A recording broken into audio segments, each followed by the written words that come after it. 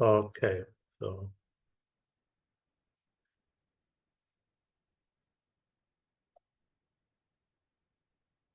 I hope you can see my screen. Okay, that is a full screen. I'm Filippo Santorelli. I'm coordinator of the Young Investigator 2025-26 program.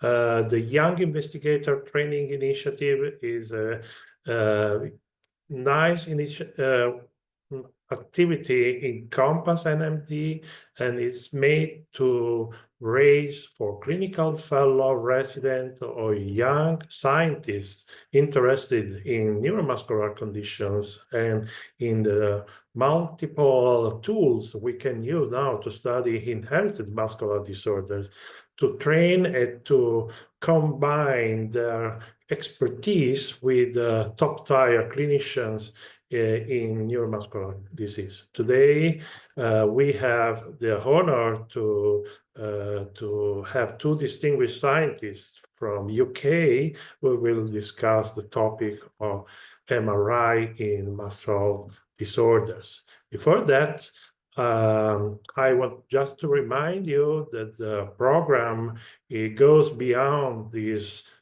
presentation of today. We have a next meeting on October the 3rd, where we discuss the clinical report form, and then we will have discussion of clinical and genetic data used in neuromuscular disorders. And then we announce the spring seminars, where we will discuss the Atlas, that is a key product on CoMPaSS-NMD. And in the summer, we will have a second summer school that we hope will be as successful as it was the one in 2024. That said, I'm pleased to handle the stage to Professor Rossella Tupler, who's the coordinator of CoMPaSS-NMD. Rossella, the stage is yours. Good afternoon, everybody. The list of participants is telling that you are aficionados, meaning that you have followed all the lecture and the webinars. And it is a pleasure to see how our proposal is developing. So in the next slide, I want to remind that we started from a need coming from clinicians and patients, and of course, relatives and other what are called stakeholders, to try to improve our ability to study and diagnose patients with muscle disorders. This is very important because there are upcoming clinical trials, and the more we will know, the better patients will be stratified, and the chances of having successful clinical trials and successful treatment will increase. We strongly believe in, first, clinicians that are aware of the importance of their work as a clinician, but also the interpretation of all the tools that now are available. And another very critical point is the collection of very good data. And so for this reason, we are developing the Atlas that now is in a really advanced form. And we will start to use and test very soon. And of course, the education through our webinars for young investigators is very, very important. And another point that I want really to highlight is that it is important for us to create the basis through which young investigators become able to discuss even if they are from different fields, because this is very, very important. There are electronic tools that are available, but on the other hand, it is very important to understand sometimes the difficulty of describing clinical features on the other end in order to translate this in tools, electronic tools that can help in understanding. So, welcome to this third webinar, and I hope we will be able to use a question and answer section in order to improve our abilities. All the information you will find if you use the QR code in our website. Thank you very much. Okay, thank you, Rosella. Thank you for your kind introduction. And now I stop sharing my screen. The program goes to MRI, and Jordi Diaz-Manera. Jordi unfortunately cannot be with us today, but he was so kind to record his presentation, and so we will listen to his expert view in MRI in neuromuscular diseases. Annalisa, you can go on. Hello, good morning. My name is Jordi Diaz-Manera. I'm going to talk to you about MRI in neuromuscular diseases. So these are my disclosures. None of them are related with the content of this work. When I talk about MRI, I always like to start with this slide. Basically because with MRI we are going to study the structure of the skeletal muscle in a disease setting. So I think it is important to understand what is the process of muscle degeneration that the muscle goes through, and the structural changes that we can find in order to understand what are the radiologic findings that we can find in the muscle as well and correlate this with pathological changes. So if we take, for example, a case of a muscular dystrophy, we have a muscle that is lacking a protein. This lack of a protein is going to produce some degree of muscle injury, necrosis, inflammation, and this is characterized by the accumulation of water inside the muscle, and then these muscle fibers that are progressively lost are replaced by fibrotic and fat tissue, and therefore in the tissue we are going to have an increase in these two components that are otherwise not present in a common muscle. So if we want to identify either WOT, fat or fibrosis, we have different imaging techniques. As you can see here, just some examples of them. I'm going to focus today in muscle, in magnetic resonance imaging. So why? Because there are multiple sequences that we can use to identify these different structural components. For example, if we want to study an acute damage that is characterized, as I said, by acute necrosis and inflammation, we need to detect water.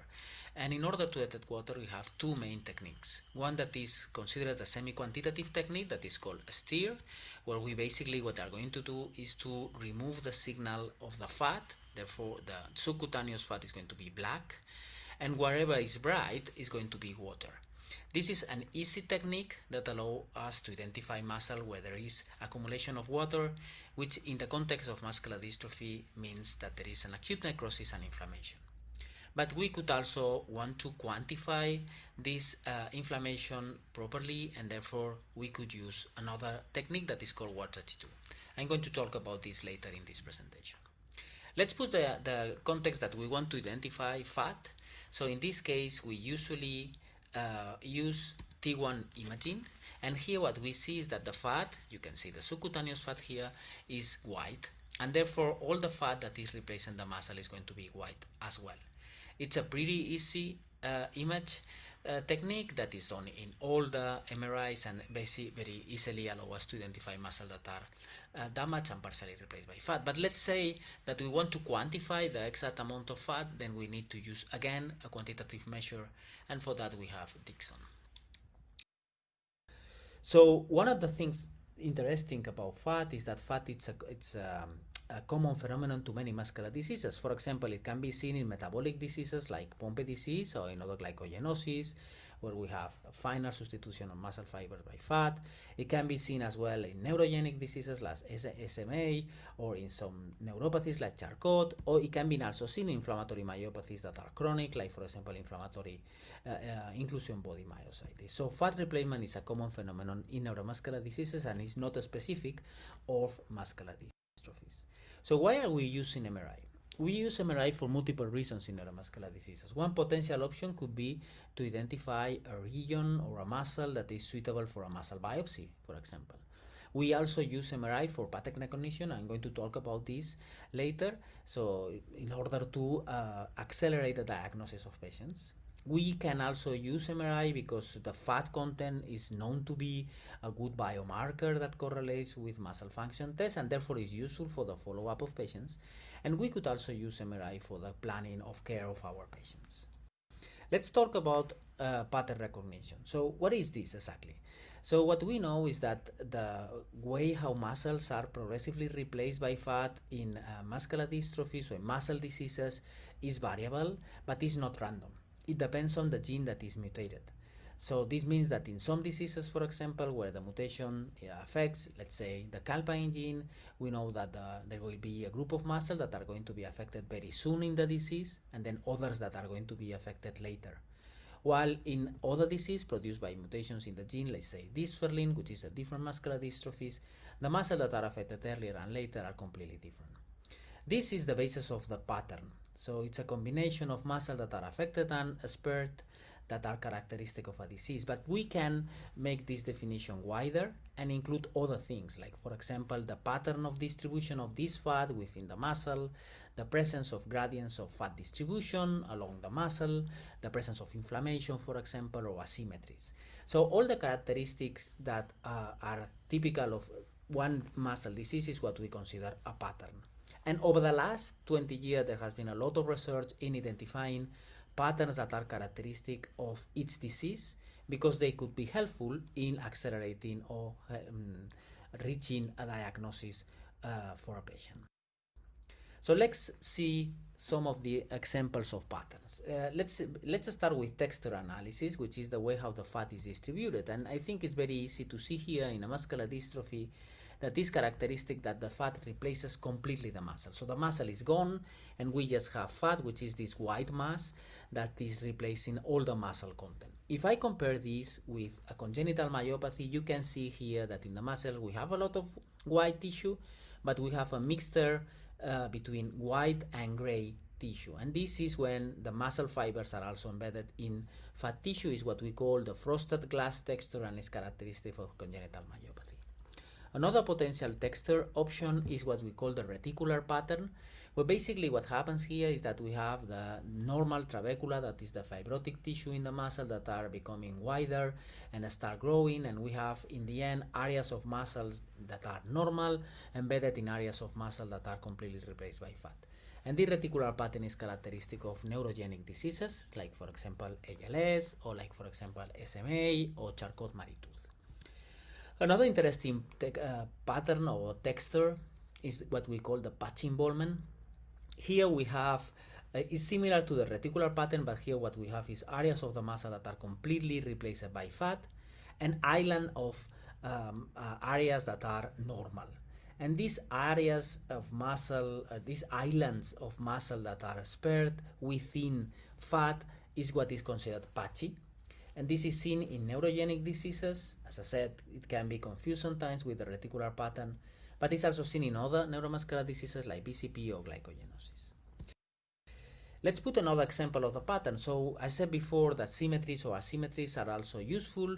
In general, neuromuscular diseases are very symmetric. So this means that the degree of muscle involvement seems to be the same between the right and the left side. But there are some diseases, specifically this one here, FSHD, that is very asymmetric. So we can see asymmetries in the MRI. And I would like you to put attention, for example, to these legs, and you can see here the soleus and the gastrocnemius are completely gone in one leg, while in the other they are spared.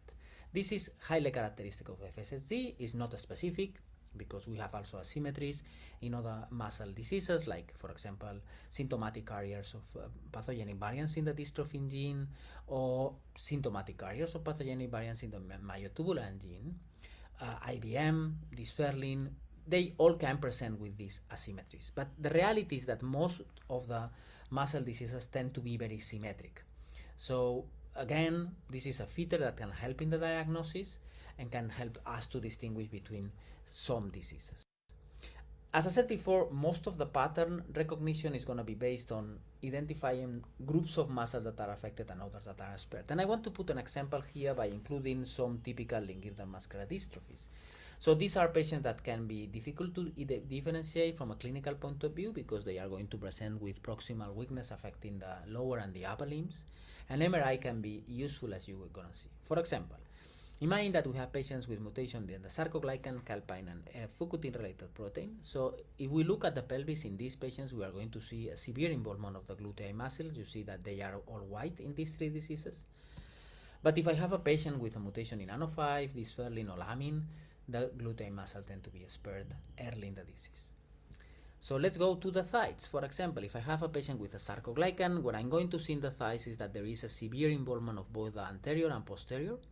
And as you can see, there is a kind of a gradient, especially in the quadriceps, where the distal part of the muscle is spared and the proximal part of the muscle is completely replaced by fat. And if I look at the legs, in the sarcoglycan, there is no fat replacement. So this is a pretty easy diagnosis to be done because there are not many diseases that affect so severely the proximal muscles, pelvis and thighs, and spare the leg muscle. Let's move now to calpain. In calpain and fukutin-related protein, we are going to have a similar pattern with an involvement of initially the posterior muscles of the thighs and later on the anterior muscles as well, and the gastrocnemius medialis and soleus tends to be affected. If I want now to identify a patient with a mutation in lamin, I need to put attention to a muscle that is typically spared, and not only that, it can be also hypertrophic, and this is the rectus femoris, as you can see here in two different patients. This is a CT scan, by the way. You can see that the fat is black here, and this is an MRI. And you can see that the rectus femoris is spared despite all the other muscles are affected. And in the legs, there is also involvement of the gastrocnemius and the soleus. But if I look at a patient with ANO5 or dysferlin, what I can see is that all muscles, both the anterior and posterior, are affected, including the rectus femoris, and there is also involvement of the posterior compartment of the legs, with typically inflammation, steer enhancement, and as I said before, this disease can be also sometimes asymmetric. Okay, I have been talking about inflammation, and I have said already that this means that steer is enhanced and there is an increase in the steer signal. Of course, this can be seen in myopathies that are inflammatory myopathies, but can also be seen in other diseases, for example, in FSHD, can also be seen in some muscular dystrophies, and so can also be seen in two different conditions. When there is a lot of glycogen, in glycogenosis is typically an increase in the steer, can also be seen in neurogenic diseases where there is acute denervation.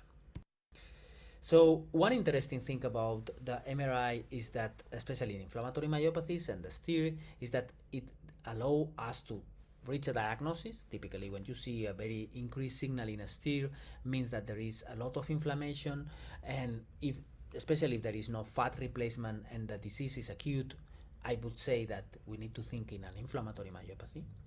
But it's not only that, it's also that if we treat the patient with steroids, for example, and the patient responds well to the treatment, what we are going to find is that there is a decrease in the steer signal. And this is something that is also very interesting because put MRI as a useful tool to follow up patients and to study the response to treatment. As I said before, the diseases are going to progress, and you can think, well, okay, well, I mean, there are some diseases that start here and others that start there, but in the end they are going to be the same. And this is partially true because what we know is as the disease progresses, as you can see here in these videos, many muscles get affected, but the way how these muscles get affected are different, and we know now that the natural history of the disease from a radiological point of view is completely different from one disease to the other. And this, of course, help us, or understanding this process, help us to design or identify rules that can be useful for the diagnosis, because it means that there are some muscles more affected than others. And just to know, or just to show you here that over the last 20 30 years, there have been a lot of papers studying this pattern, this progression, this natural history progression, and identifying muscles that are more affected in early stages and others that are more affected in later stages of the disease. And just to put you here, that one way of representing this that has been very popular is the use of heat maps, where the darker squares tend to be the muscles that are more affected and allow us to identify very easily a group of muscles that are more affected than others. And you can see here in these papers sentences like, well, rules described that are helpful for clinicians to differentiate one disease from the other. You can see something like, in this disease, the medial gastrocnemius and the soleus are preferentially involved, or the biceps femoris long head is the most affected muscle, the iliacus muscle is relatively spared, etc. So a description of the changes, and sometimes these are this description is considered like a rule, that if a patient feels some of this rule, then the chances of having a diagnosis are high. So some years ago, we did this study where we were using the rules that were described for this phelinopathy, linked the muscular dystrophy, and decided to use these rules to also study other muscular diseases. And what we found is that these rules that are based in the distribution of the fat are highly sensitive. So it's true that many of the patients with this swelling were diagnosed, but are very not too much specific. So this means that there are many other diseases that also fill the rules. And what this putting us is in the situation that we need something better, something that can be more useful for the diagnosis. And basically, this is the fundamentals of the AI approach that Jose is going to explain. Just to finish, the patterns are a combination of multiple features. My impression as a neurologist that has been working on this field for many years is that they are useful, but it's true that they require a high degree of specialization, and many people very often don't remember all these specific rules, and therefore we need better tools for that. And we have been working with Jose and others in developing an AI tool that can also be useful for the diagnosis within the MyoGuide project and also within the CoMPaSS project. Thank you very much for your attention. Thank you, Jordi. It was very nice presentation. And now we move on, and how MRI and patterning and improvement by AI can be integrating other omics into CoMPaSS. And Dr. José Verdu Diaz will discuss exactly this part. I think you are. You can share your screen. I guess yes. you're already entitled. Yes, I'll share the screen now. Thank you.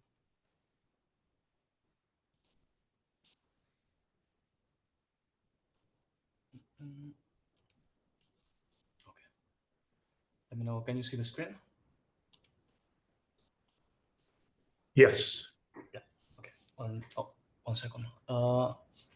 Give me a second. Sorry. So the sec. I need to pull this out first.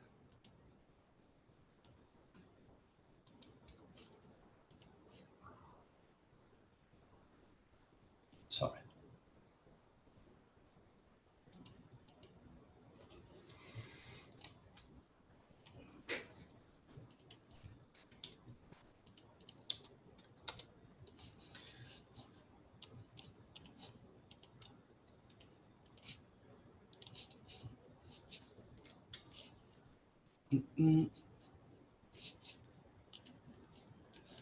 Okay, you can see the screen, right?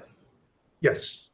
Okay, so I'll be presenting the MRI clinical report form that we've been using to collect the data in a structured way in order to connect it to the rest of the omics in the CoMPaSS Atlas, which, as you will see in following in a slide by the end of the presentation, is one of the key outputs of the CoMPaSS project. So I'll start talking a little bit about the importance of the clinical report form in neuromuscular research, I'll also present the considerations within the CoMPaSS project in terms of MRI collections. I'll also present the considerations from the point of view of MRI, so which characteristics are we looking for in the MRIs that we are using within the CoMPaSS project. I'll present as well the data elements that we have been collecting and that will be required for the atlas. And I'll also present how we manage the data and how this will be integrated within the CoMPaSS Atlas. So let me walk you through what eMRICRF is and why it's essential for our research. So first, this is a standardized digital form. Think of it as a structured template that ensures we collect data consistently across all sites and studies, eliminating the variability that comes with pay-performance or ad hoc data collection methods. The CRF captures both MRI data and associated clinical information in one integrated system. This means that we are not just storing the images, but we're also linking them with patient demographics, genetic diagnosis, and clinical assessments, creating a comprehensive research dataset. This approach significantly eases data analysis and monitoring, and instead of manually tracking down information from multiple sources, researchers have immediate access to well-organized, validated data that is ready for analysis. Crucially, this system links imaging findings with genetic and clinical information, allowing us to correlate muscle changes in an MRI with underlying genetic causes and clinical presentations. This integration is particularly powerful in neuromuscular diseases research, where understanding these relationships is key to advancing in treatment research. Finally, and perhaps most importantly, for rare disease research, this CRF enables data pooling across different centers and studies in conditions that affect only a few patients per center, maybe. This ability to combine data sets is essential for achieving a statistical power and meaningful research conclusions. So when applied to the CoMPaSS project, several considerations shaped our eMRICRF design. First, we focus on intramuscular fat replacement, which, as Jordi has shown, has been demonstrated to be a key biomarker in NMD characterization, patient stratification, and disease progression tracking. And to capture this fat replacement effectively, we focus on T1 weighted and Dixon scans. T1 weighted images provide excellent contrast between muscle and fat tissue, making fat infiltration clearly visible, and Dixon sequences offer additional capabilities by separating fat and water signals in different images, giving us the opportunity to quantify in a totally quantitative way the amount of fat in each muscle.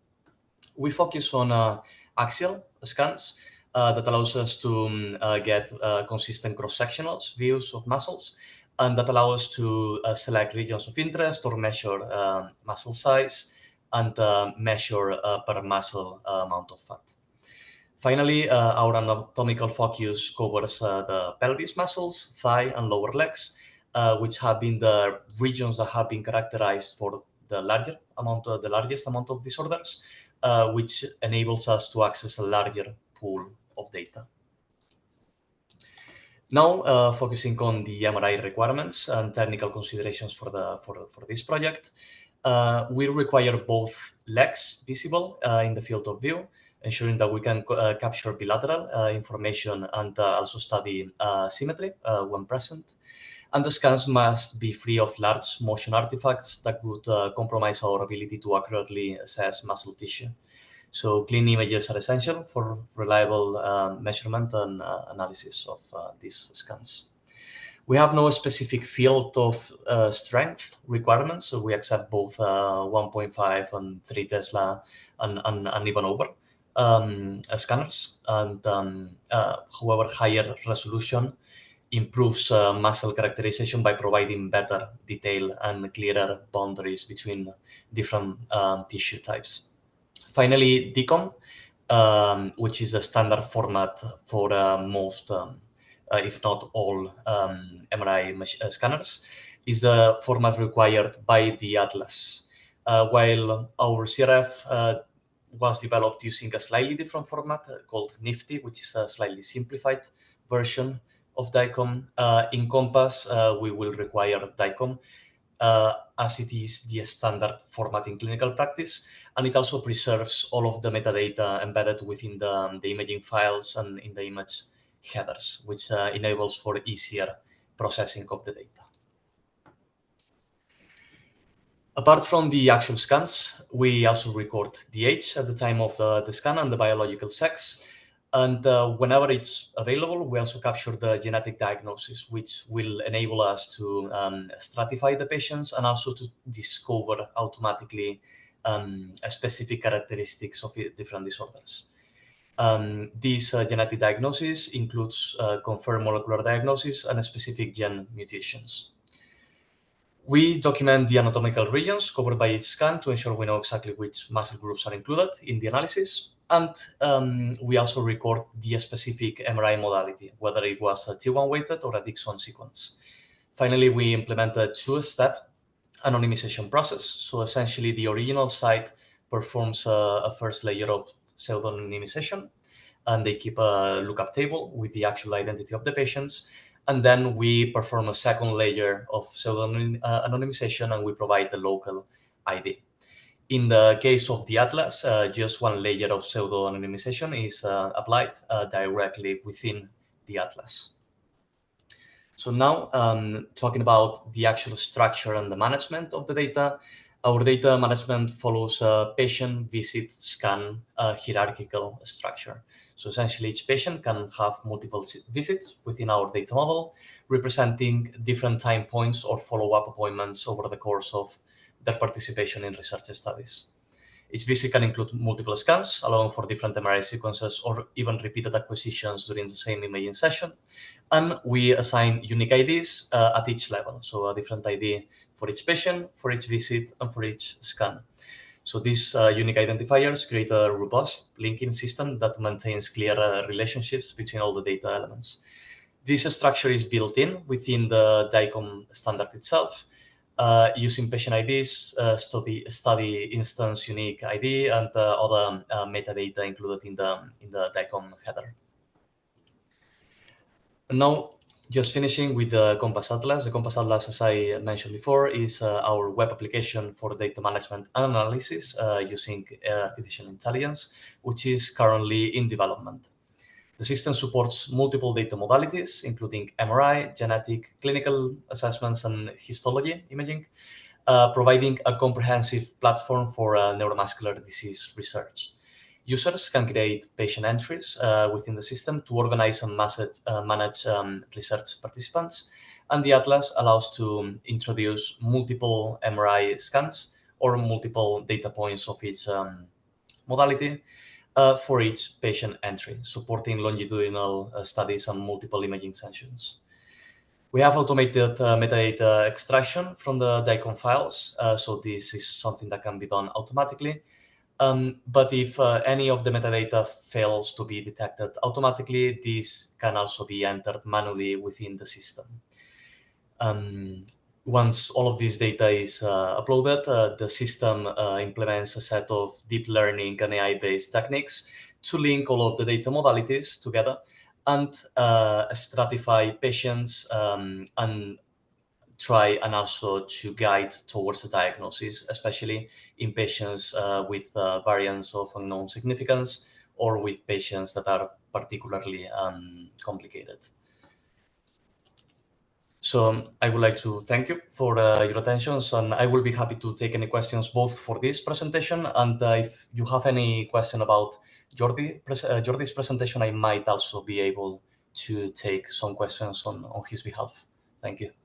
Thank you, Jose. Thank you for your very precise description of what the MRI, the clinical report form for MRI in CoMPaSS-NMD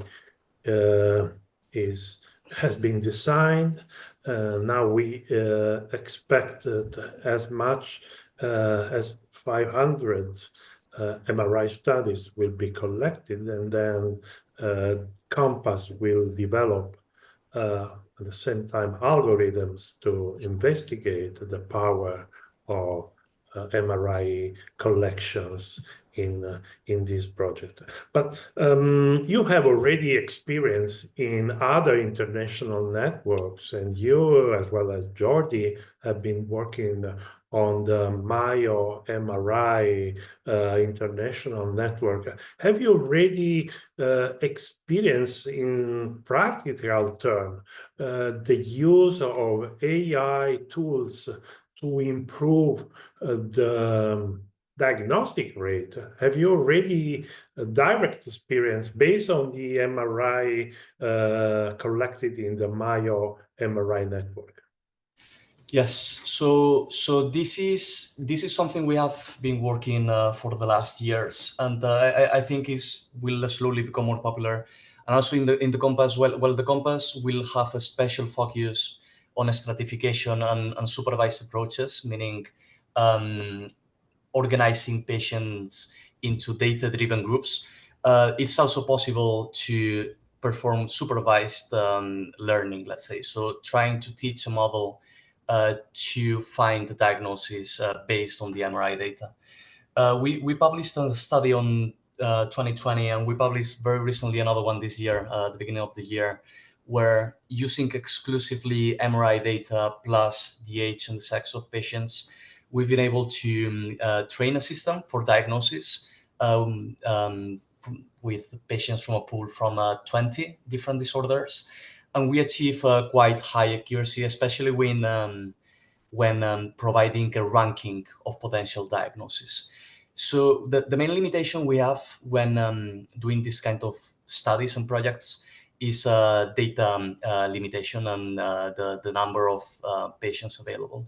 So in general, the techniques that we use and that we try to adapt were designed to work with data sets with massive amounts of data, or at least way larger than the numbers that we usually see in neuromuscular. So I would say that the main challenge that we have in neuromuscular when using AI techniques relate with data availability and data quality. Most of the time, data sets are pulled from different studies and different centers, meaning that the data heterogeneity it's usually an issue.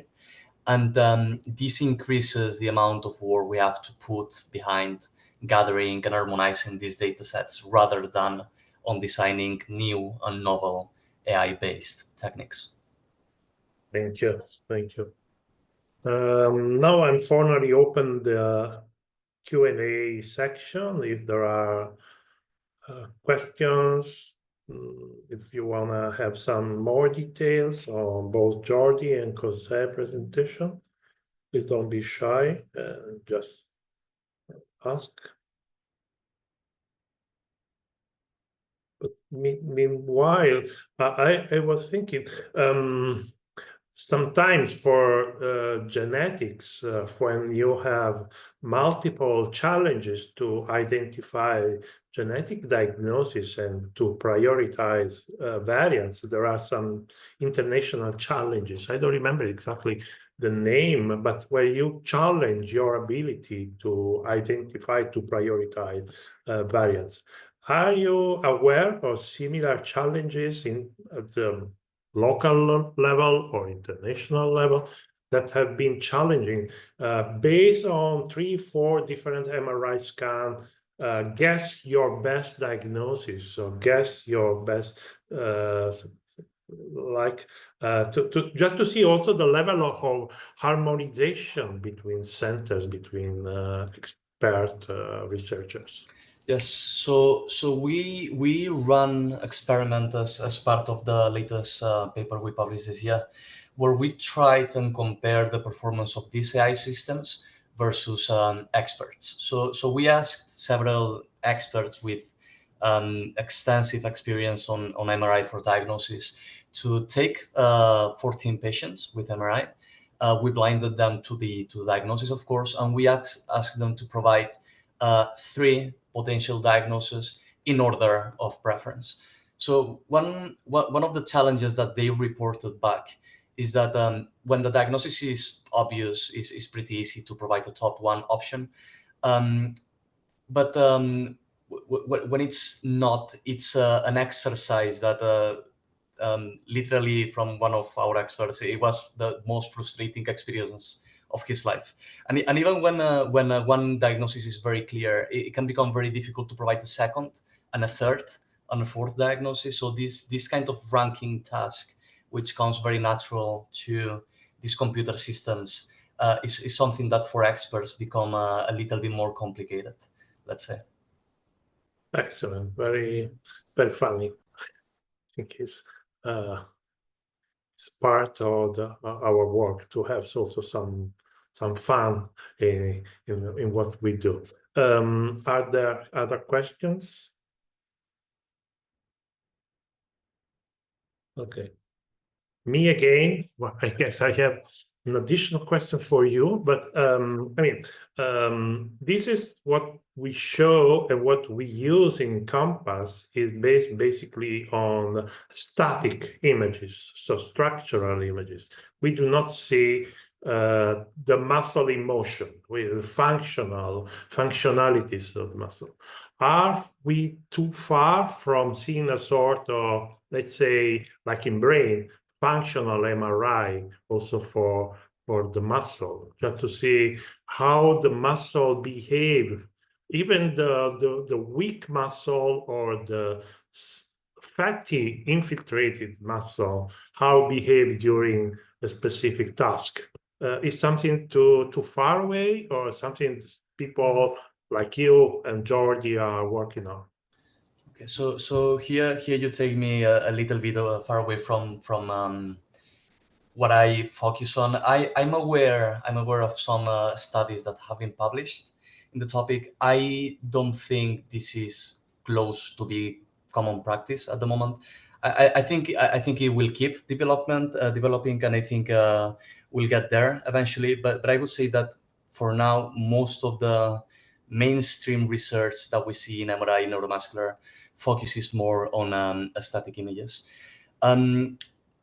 I've participated and contributed to some projects studying new sequences for inflammation, which play a little bit with making the patient and the participant do some movements and do some exercise during the imaging process.